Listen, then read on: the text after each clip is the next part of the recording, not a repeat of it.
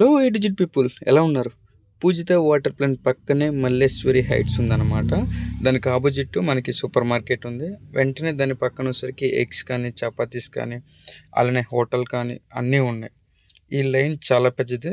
Near బైను సిరి Lord's country 2 ఉంది. అలానే 1 ఉంది. అలానే వైసీపీ పార్టీ ఆఫీస్ ఉంది. అలానే ముందుకెళ్తే రత్నదీప్ ఉంది.